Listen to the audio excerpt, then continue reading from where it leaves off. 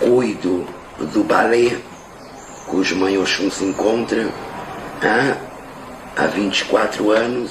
Meu pai se aprontou dia 15 de julho de 38. Com 14 anos ele teve a sua casa de religião e ele tinha antigamente íamos visitar os amigos se estavam com a cabeça coberta porque estavam de obrigação. Porque é impossível uma pessoa cobrir a cabeça que está de obrigação e visitar outro, né? Então, na cabeça descoberta, visitar o que está com a cabeça coberta, que era o sinal da obrigação. O branco.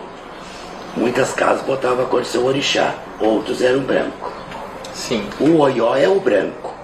A cabinda já faz o colorido, né? Que antigamente, o santo em Axeiro, eles tomavam atã, café, chimarrão,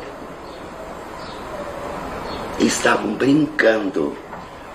Antigamente Axeiro brincava, abria a boca para dizer o suficiente e o certo. Hoje eu vejo por aí, sem citar nomes, porque é nítido, Axeiros tomando Pepsi-Cola, falando em homens, falando em casos. E recente casas de pessoas amigas, a gente escutar, ver axeiros, infelizmente, de homossexuais, não partiu nem do homem nem da mulher, falando em homem, que vão arrumar casa para o outro. Então estão de deturpação. Tá. Eu e outros vão te dizer talvez a mesma coisa. Nunca existiu governo. Para tu seguir a tua casa, a tua vida, a tua religião, o filho de santo esperava o pai morrer. Já nunca se esperava, acontecia. antigamente as pessoas ficavam muito mais tempo na mesma mão. Sim, criavam um limo. Criavam um limo na mesma mão para dizer: eu vi tu te aprontar, tu foste filho do fulano, hoje é o pai fulano, porque ele teve uma raiz, ele criou o limo, teve uma sequência.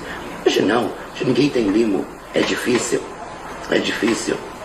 Hoje é na casa de um, casa do outro, um lado da cabine, do lado do oió, e gamelas de dinamites.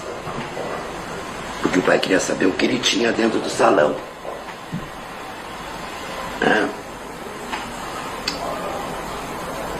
Está se perdendo? Tá. Está se perdendo, sim. Alguns antigos estão deixando com que aconteça isso. Estão deixando. Eu tento o máximo segurar para não deixar. Se conseguisse reunir os novos, o que o senhor diria na abertura desse batuque? Tento se espelhar nos antigos, para vocês mesmos não se perderem.